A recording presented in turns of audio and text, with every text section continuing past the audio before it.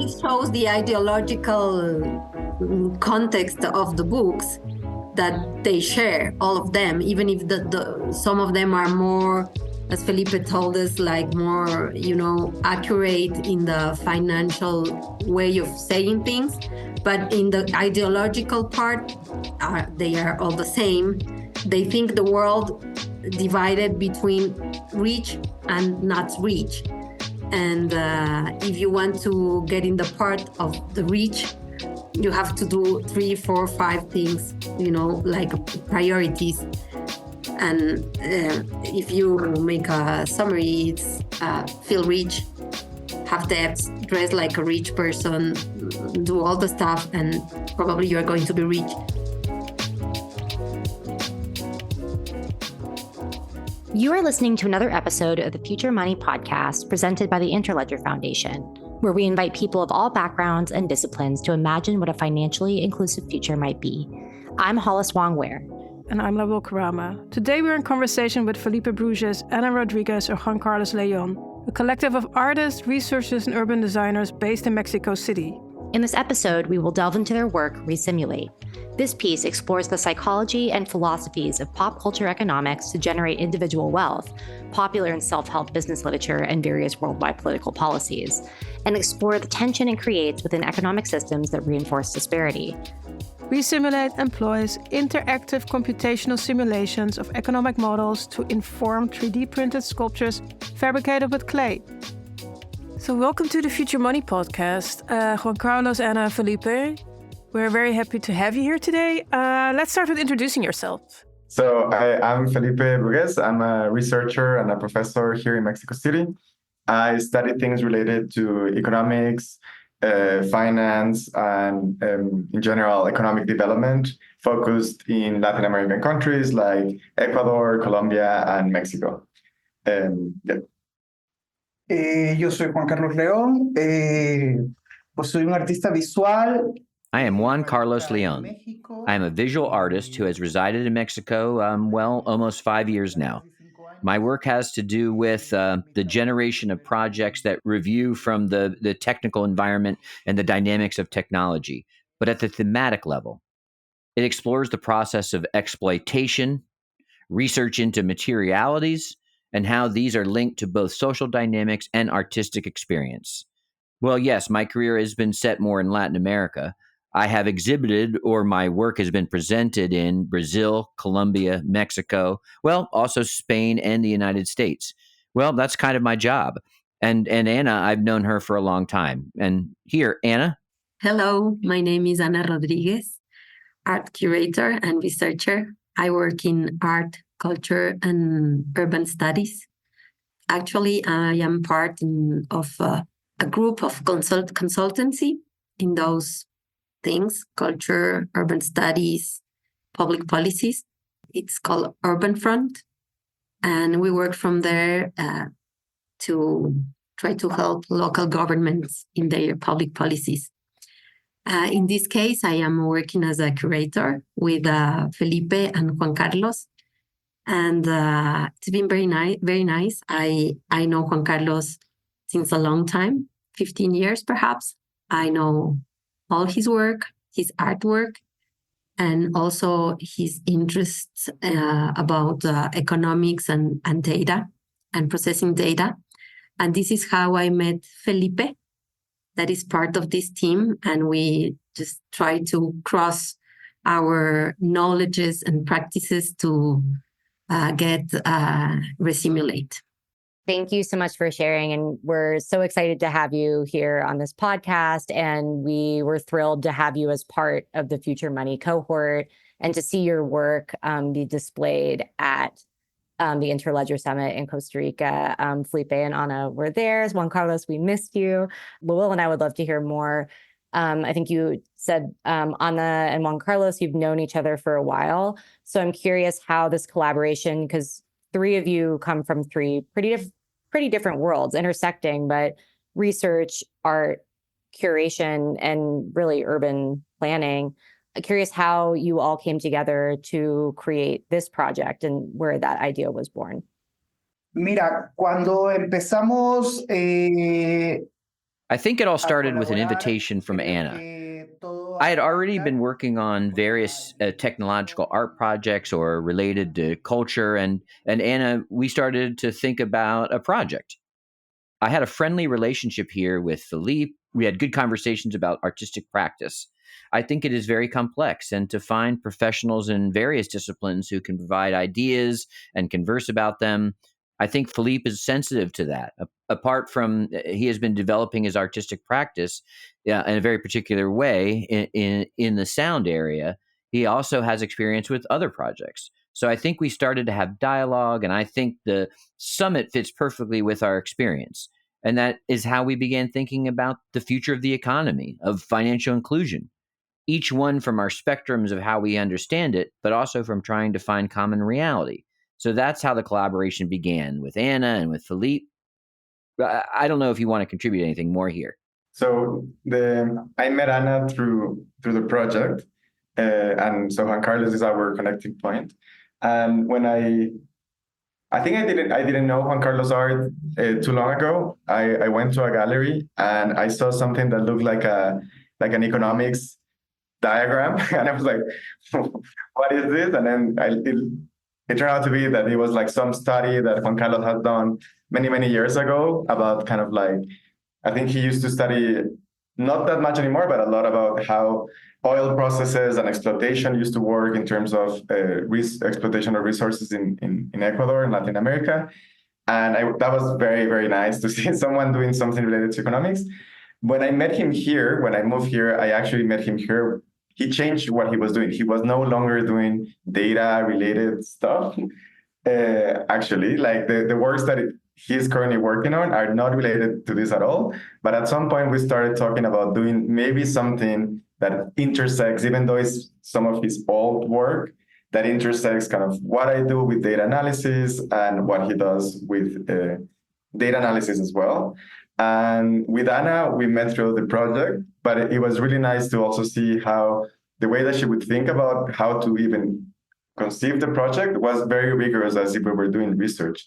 So we had like these really nice classes where Anna would like, we were like, okay, let's think about what is the definition of data. And let's go through like philosophical discussion about what data representation actually means in terms of politics and stuff like that. So it turns out to be that like the methodology that we all shared had a lot of like commonalities that could be complementary.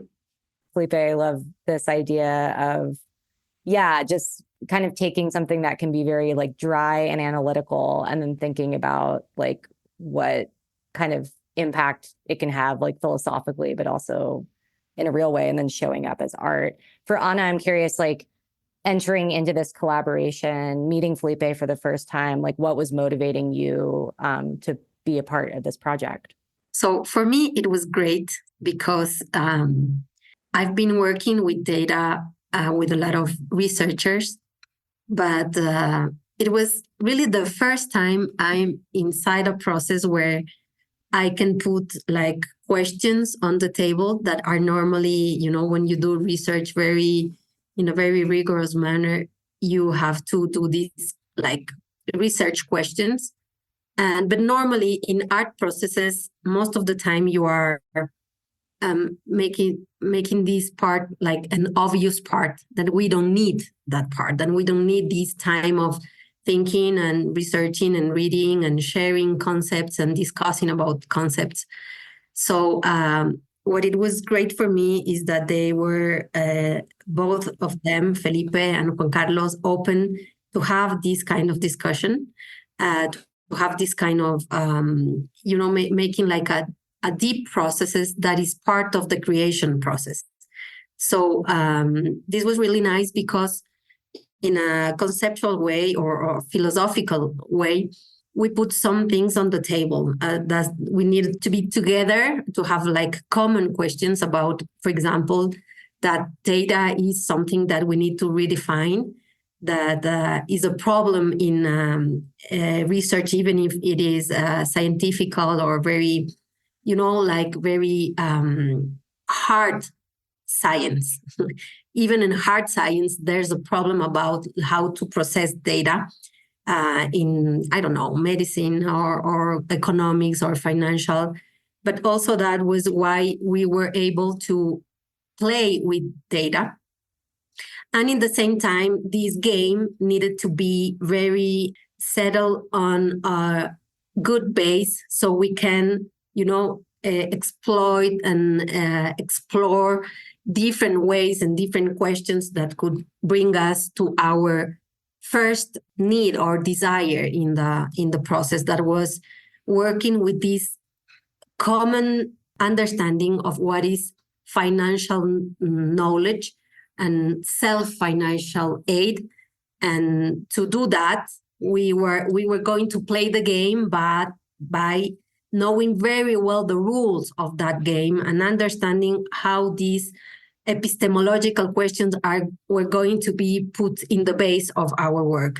So to have an economist that is researching and teaching in Mexico, me going from Quito to Mexico, Juan Carlos, we three of us are moving between Ecuador and Mexico City, and that it was like a nice way to do something together with a very interesting, result, and also with a perspective of future that was also something interesting. There was a piece of art that was going to get out of this discussion, but also like a future thinking about data and how to represent, like in a physical object, these kind of questions. So it was really nice to have an economist, an artist working. And I'm not really a curator here. I'm like a bridge, like a connector of ideas, and not only ideas, I mean, in a very symbolic or ethereal way, but in a very practical manner of representing things also in the space, like in the gallery, in the room, in the mediation of the senses it can take. So the formation of your collective sounds so very natural. Was there a difference between the process and the entire creation of the project Resimulate? Esto ha sido como un proceso igual muy orgánico. No ha sido como... This has been a similar process, very organic. It has been like just a methodology. It surpasses the work or comes from the work. Rather, it's a building around exploration, not only the exploration in terms of the technical level, which is fundamental part of, because in the end, as Anna said, it ends in an exhibition process. It ends in a gallery. It is an object. It's a shape. But this is also like all the sides of the information that we're going to measure, the data, but there's also a part where you have to mediate it a lot, which is this speculative part that has to do with self-help and with all these texts, which serves to structure the revision of the data. I think we have been finding dynamics of how to use this data. We continue to structure it. I think that the last time with Felipe and with the experience with the printer, and now the experience with the printer these days, the situation of the data, and again, we are going to rethink, but always under the line, which is the line that I think unites us. I'm going to repeat myself, where the philosophical part that Anna mentioned unites us with the data experience by Felipe, which is speculation in terms of the experience and of the text that we are using, the types of profiling that we are using for the data, which is very speculative, and also to imagine possibilities of the future, but also to enable us to review realities. The data is being worked on. For me, the one thing that is strikingly different is that when I'm thinking about a research project, I do have a thesis that I want to prove or somehow support. And the way that I was approaching this is through the thesis. And I was trying to be flexible and allow the whatever conclusion let it be. Like the simulations didn't have anything pre-programmed to do anything. It was just what the data was telling us through iterations of lives in this thing, and it would be as it would be. So we didn't have any prior of what should be the answer, but I thought that there should be some answer.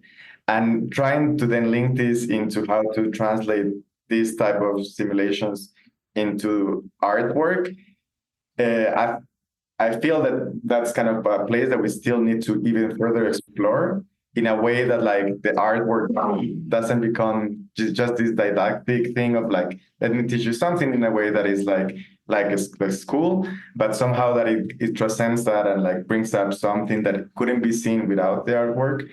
And I think that's the part where the methodologies are kind of all in conflict. And I think that's kind of where we haven't resolved it yet. And that's why we haven't, at least I don't have a correct, a kind of fully fledged answer for this.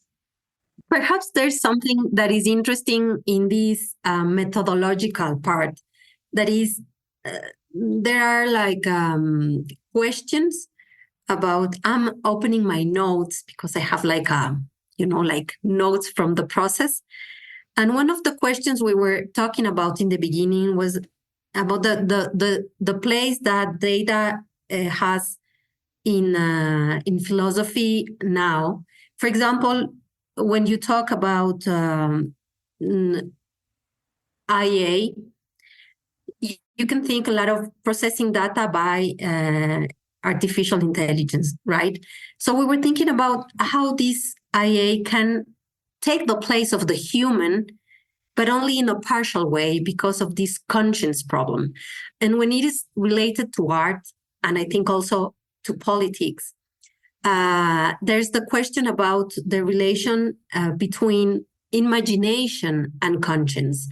So for me, and I was telling them, when you do all the way, like in a very West philosophical tradition that puts data in the place that it occupies now, very important, and data producing data by artificial intelligence, you also can say from this same place and tradition that you can put this in a kind of open question that has these issues. For example, the time we are living, that is a very hard time, let's say, this is a catastrophic time, put us in the way to make those questions.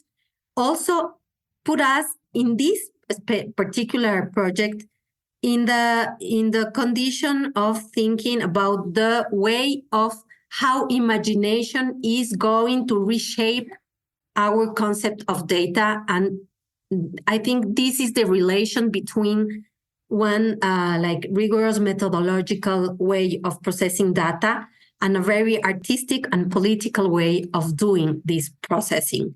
So it's a place of how we put this imagination path in the method. So you're questioning the ontology? Yes. One of the articles we shared that I found, it was based on Virilio thinking about these kind of things.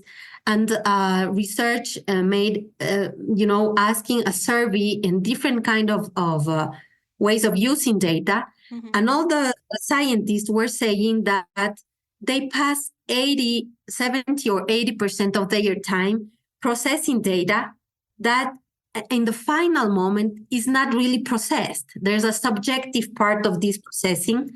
And in the last part of their work, they are saying our questions or our first hypotheses are the same. And data, finally, it's only illustrating in a lot of cases what we already knew. And this way of having those tons of data now are not as useful as we thought.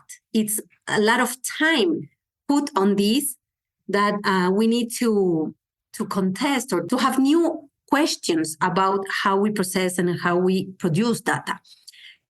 So we were reading about that, and that was a very important part of the reflection, because you cannot only play with data, saying that you are in an artistic process, so you have the right to play with no rules.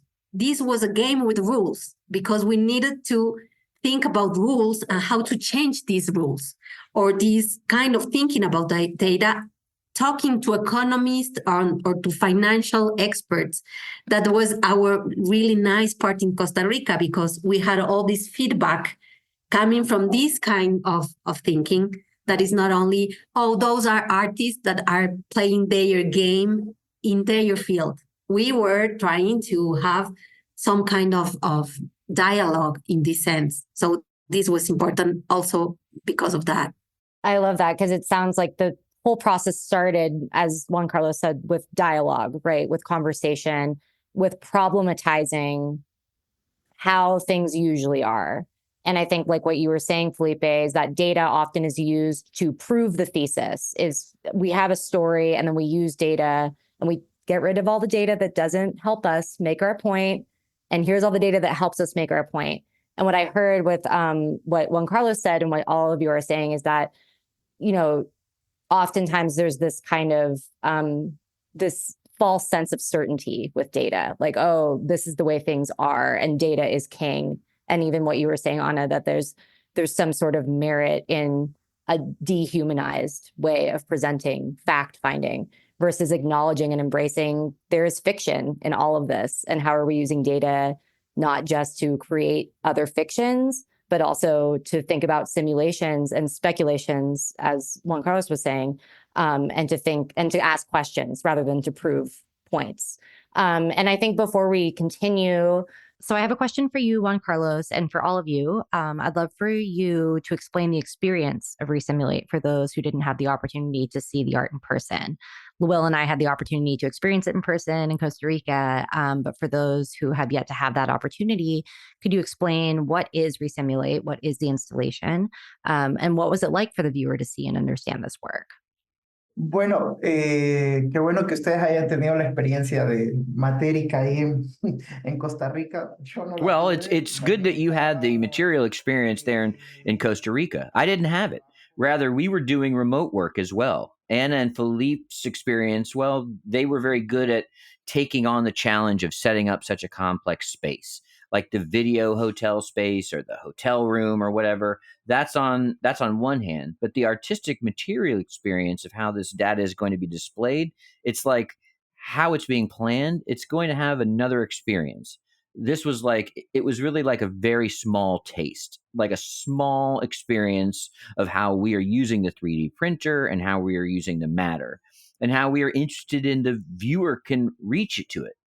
We just, with Felipe and Anna and after the trip to Costa Rica, we met and we had a little feedback on how the viewer would approach the data. And hey, what are we missing precisely within the artistic experience? Understand the data. It's like, I think the levels of planning, the artistic experience have varied a little, which is preparing us for the future.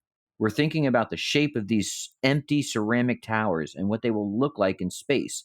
And what we try is fair, and that is part of the artistic experience, from the aesthetic experience. And it's about building how to generate that sensitivity in the viewer. How can we do that the viewer not only sees an object, but also is able to understand that dynamic. And I think we are building. I think it is part of the next challenge due to these artistic experiences. And Felipe, Anna, would love to know if there's anything you'd like to add on in terms of like the experience of the piece. It was more than just even just the vessels of the clay with the 3D printing. And I'll probably ask Juan Carlos a follow-up question about the materialism of it. But curious, Felipe and Anna, like what was intended with the presentation of the installation beyond the initial data visualization with the 3D printer? Yes. So in our initial idea of kind of a proposal, we wanted to even have two 3D printers kind of battling against each other, where we would explore different economic systems against each other. And that was not going to be possible. So we had to pivot what we can do for the first exhibition. And everything, because like the process, I think, has been extremely like thorough. There's been like thorough discussion, thorough research, like thorough experimentation with the materials that by the time that we had, we decided that it was going to be better to have some of like proof of concept type of thing of like, okay, we want to discuss something related to financial inclusion. We want to discuss something related to these self-help books, using data in a way that is somehow poetic, but also somehow still rigorous in the sense that like we don't lose both sides. And the 3D printing of objects allow us to kind of have control, right? Like machines have minute control over everything. We can control them through code. we can let the code talk by itself, and we can also try to let the machine talk by itself, or the materials. So we ended up creating these vessels that would be 3D representations of these complex simulations. And in the exhibition, we decided to have some reading guides that would allow people to be able to decode these objects if they wanted to do so. And we also decided to showcase kind of like through a video, what was the process of this creation. So I think that was what we were doing. As Juan Carlos said, this was like literally just a proof of concept. After it, like all of us had a lot of takeaways of where we can go. So we're excited about next steps on how to kind of keep pushing those boundaries of what is feasible in terms of like translating this digital realm that is not even a true representation, as Dana was mentioning, of reality, and these speculations about futures in a way that it's allows for the sensibility of the viewer to be kind of like taken there. I wanted to add something about the setting up that was, I love the setting up. And it was amazing how this space, this room in the hotel, that is not a gallery, and it was a challenge to do that. And how, and Lawil is doing that, because that's what I love, because that was that space with this white light, completely open, and with this carpet. And 2 days after, it was completely transformed. And, the black curtains and all the stuff, and the lightning, the drama, the dramatic part we arrived was really nice. I was very happy with the setting up. It was a challenge for all of us, but what happened with the space was really interesting, because this couple of for us of totems illuminated like flying in the space, in this very dramatic space, because it was also nice at that moment that it was not a white space, but a like room, like a dark room, where these images were appearing, and the video was like telling the story with sound. The image was very important in the video, but I think the sound was much more important in that case, because it was the context of these totems flying and the others on the table. And I think that finally what we could do was very interesting to see in this eye regime we were criticizing. You were like very appealed by this image, but also then the mediation the room could offer. That was really interesting. So I think this transformation from the beginning of the setting up to the end was really like like this miracle of the setting up of an artwork. I think it all turned out very beautifully. So I do have a question for Juan Carlos. How did you choose the material of ceramics or clay to pair with 3D printing? They seem like two very different materials to bring together, and almost like irreverently, comically so. So I'm curious, had you created art prior to this project incorporating these two materials together? And what was it like to bring these two materials together for Resimulate? Bueno, yo he venido trabajando con data. I have been working with data for some time now, in a very empirical way at certain levels, and been very expert at that. I worked with robotic arms in 2018 that printed data with, in this case, it was with a type of clay or a type of soil, which after printing the data came out plants. We have worked with a substrate very similar to the 3D printer, and I think about that exercise or that translation or representation of that data also kind of asked us for something very similar. We can work on data translation. Well, in this case, we would have ample, stronger data, and we set ourselves up for that challenge. So yes, I have worked with data and printing systems, but not specifically with a professional printer. Everything before was rather low tech, and this was already like another level experience.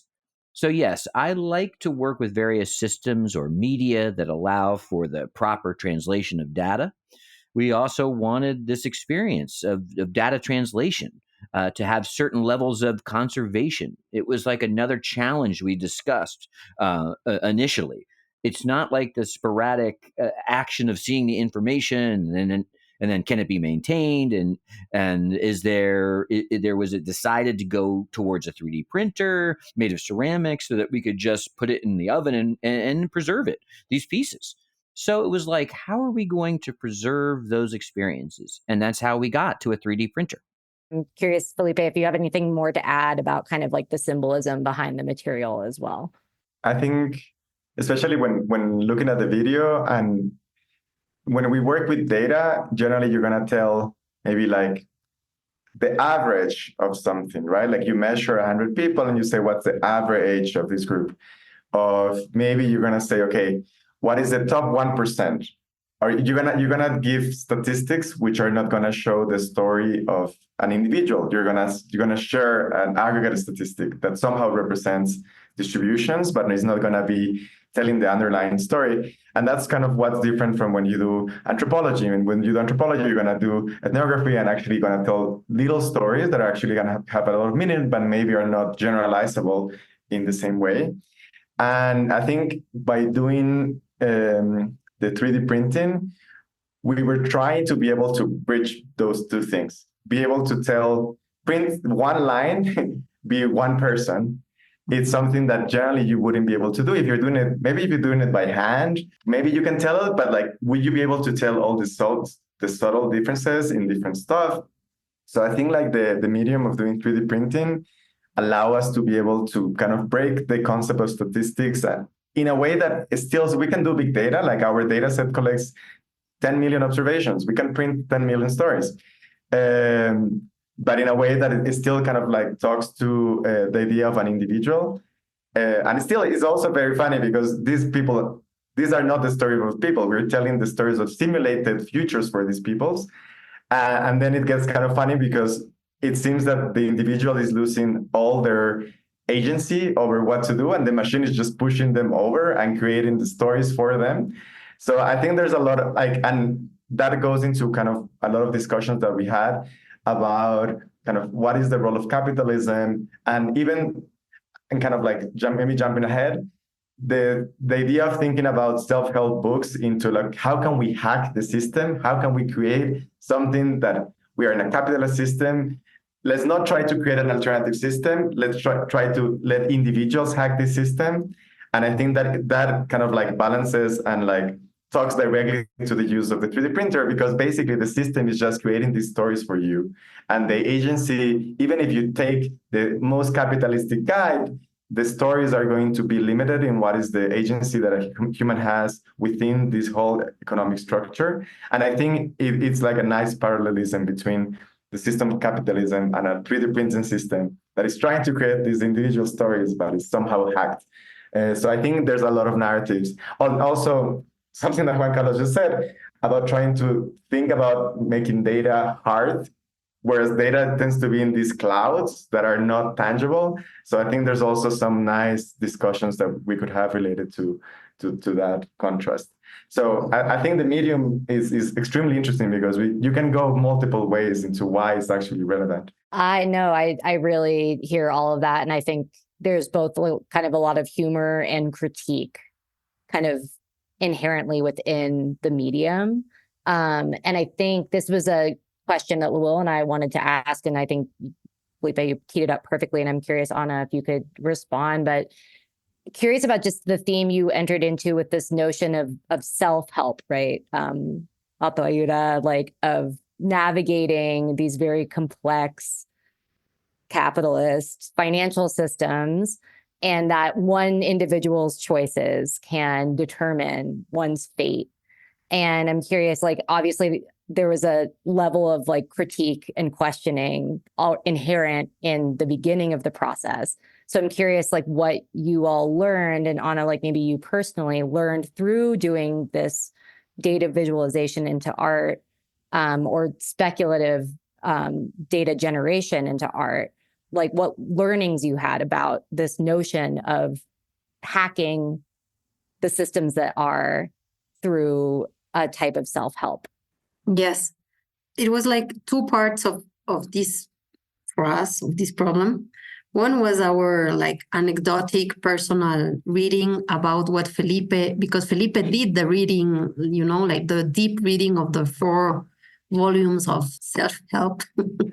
There was a very impressive work, to read all these books and take notes and do like a presentation, and all the systematization of the information was very interesting.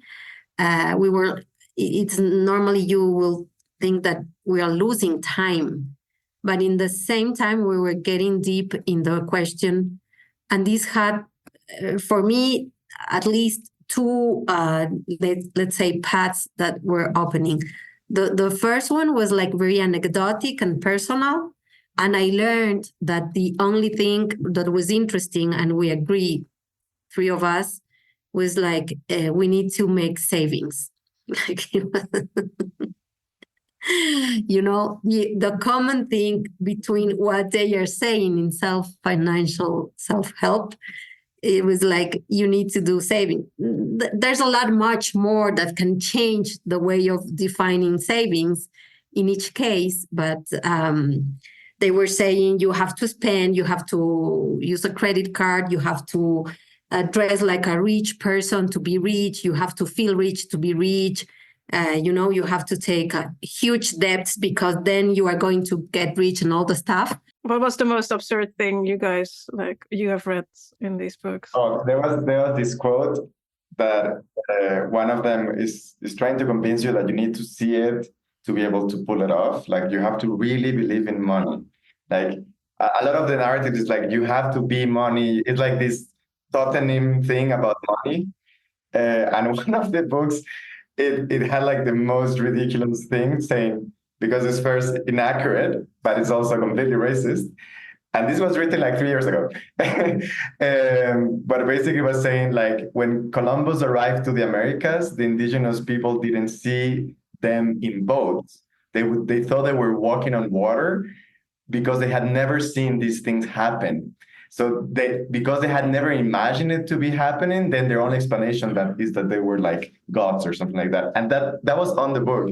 And I was like, first, that's completely inaccurate. Like, indigenous populations are extremely good navigators. They went to like Easter Islands. They knew how to trade.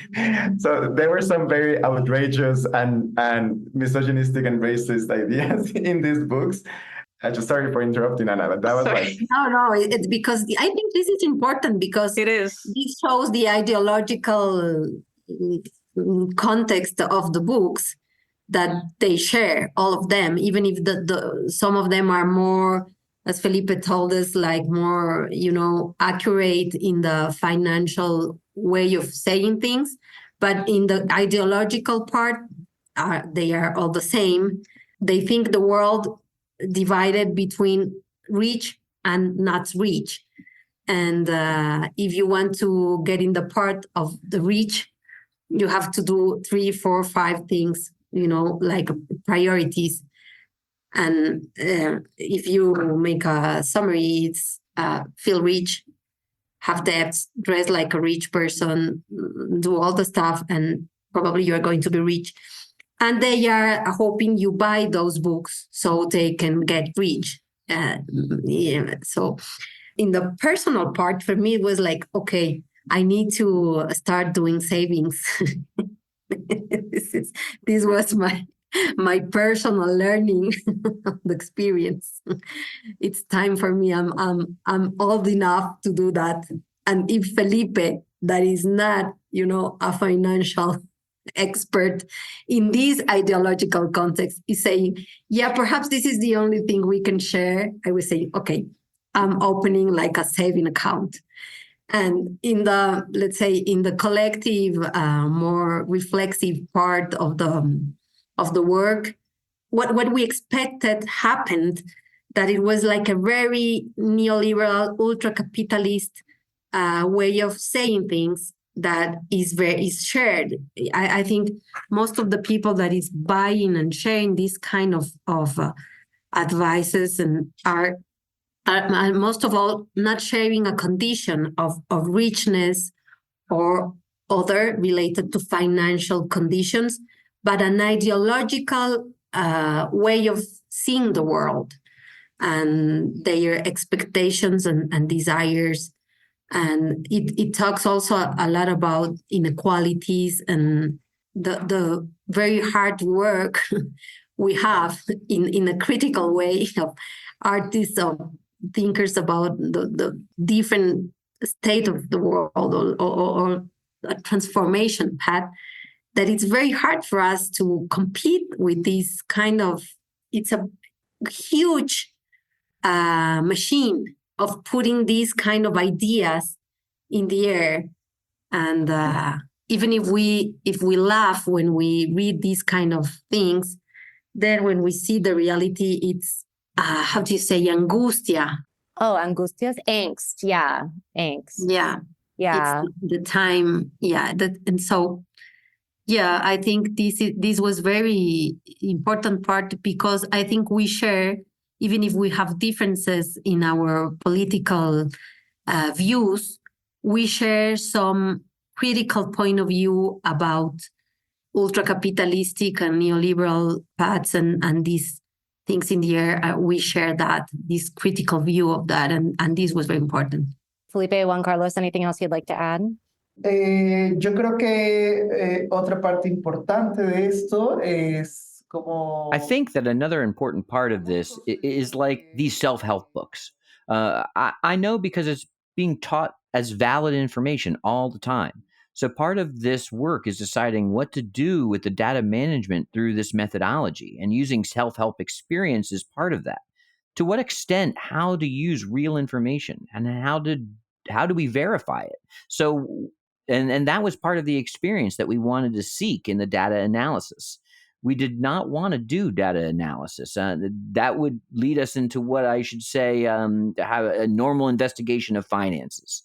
Rather, just to work in the speculative spectrum and on absolute truths that show us that day to day how we are going to become a millionaire, or how we're going to grow a rapidly economy. No. And these traps have more to do with a series of false gurus about the economy. So that was something our interest at the time. We were discussing how we are going to use this data. What was going to be the information that we were going to show? I think, to be clear, that our way of connecting everything was going to be, and it's going to be contradictory to this experience of self-help. I think we want to move to the last question that we are asking all of the artists as part of the Future Money cohort. And it was really the initial prompt and inspiration for this project, which is envisioning a future of financial inclusion. And so we're curious, for each of you, what did financial inclusion mean to you through the process of this project? And what is your vision for a financially inclusive future? Creo que se apega un poco a lo que te venía como diciendo. I think it goes hand in hand a little with what I was saying about how speculative all this can be. I believe that the idea of financial inclusion, well, we wanted to work from the fictional, from the speculative experience. But it was also like reviewing the data and figures of Ecuador and seeing exactly how the data continues to resonate. For me, I think it was very decisive. How the economies are working in a country like Ecuador, and now thinking about the context and how this is developing. Also, a very harsh economic reality related to economic acclimation of inequality that is prominent in Ecuador. So for me, I believe that part of working on that idea of financial inclusion was a little bit of working on how we debunk these myths about self-help and financial management. It was a bit about that. How do we work with ideas constantly implanted in us, but how do we make them verifiable with current information? I think it's still within the data management. It continues to show us, despite using the ideas of self-help or trying to make schemes that these figures of the supposed formulas of sauces, well, it continues to give us very chilling data about the inequity in a country like Ecuador. I think it applies to in many contexts. I share a lot of what Juan Carlos is mentioning, in the sense that Well, in my research, I don't do directly financial inclusion, but I read a lot of research, academic research on financial inclusion, and there's a lot of little policies and that can be done to try to improve things.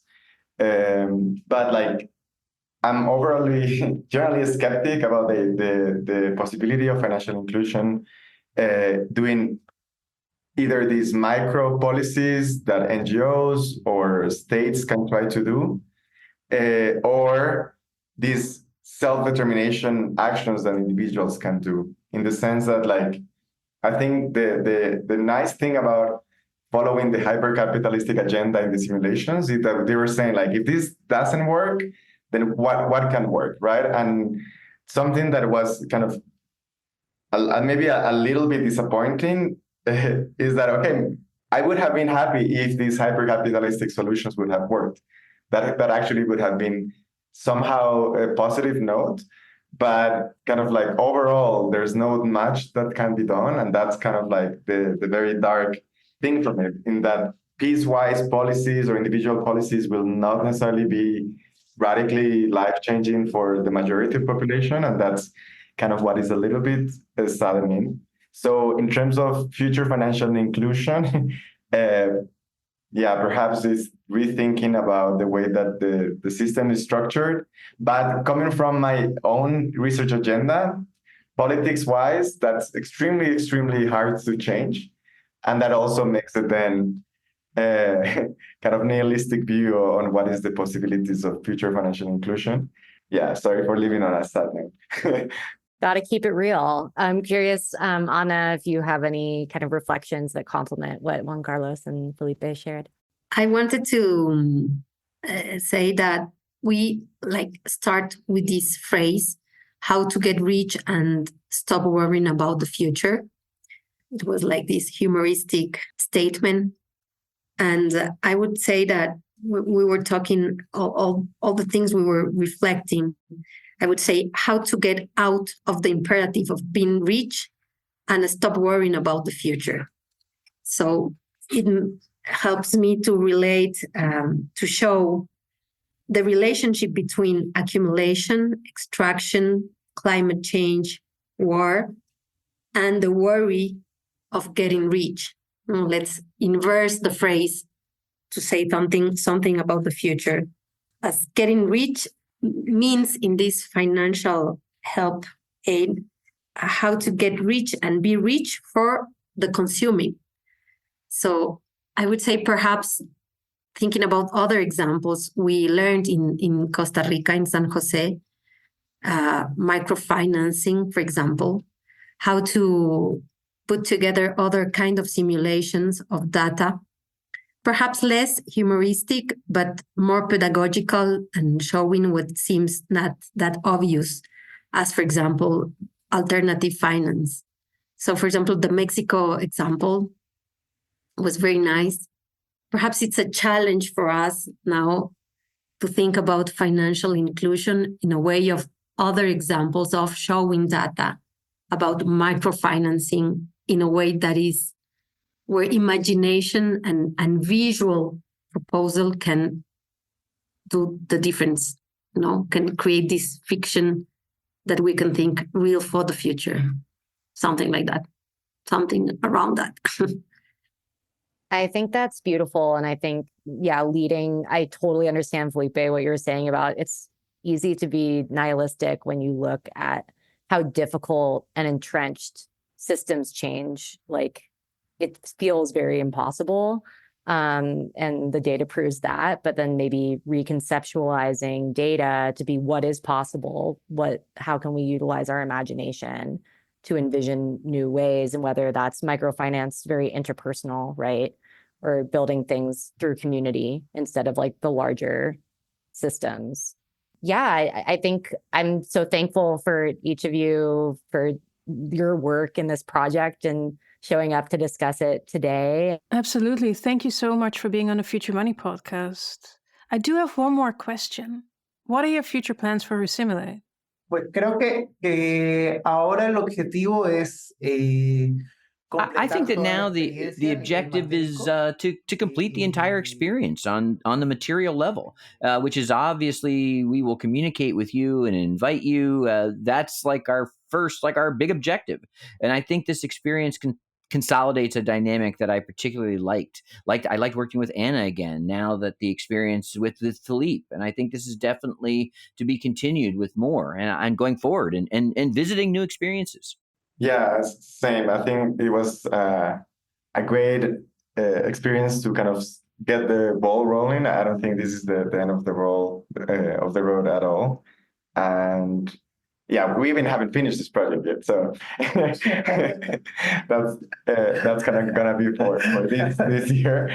And I enjoyed a lot the work of multiple practices and methodologies. I like the interdisciplinarity of the project. And I also like being able to present the work in a way that was kind of like, okay, let's show it, let's get feedback, and let's talk to people that are experts, and also try to extrapolate what are non-experts going to reach from this.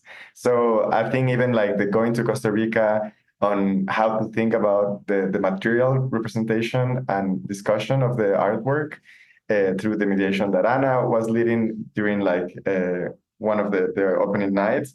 I think all of that is like just kind of opening more roads about where we can go from now. So yeah. Thank you. Any last words, Anna, for you in terms of your hopes for the future realization of this project?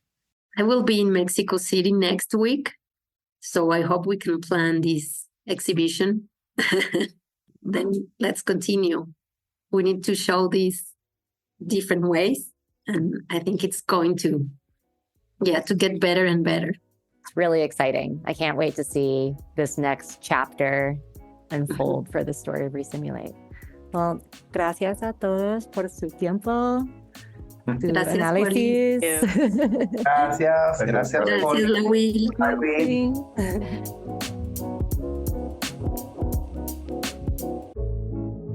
Thanks so much for tuning into this episode of the Future Money Podcast. We hope you will enjoy another one of our episodes. Make sure to subscribe and like the podcast on Spotify, Apple Music, or whenever you listen to your pods. And if you're so inclined, we would appreciate a rating and a review. Thanks so much.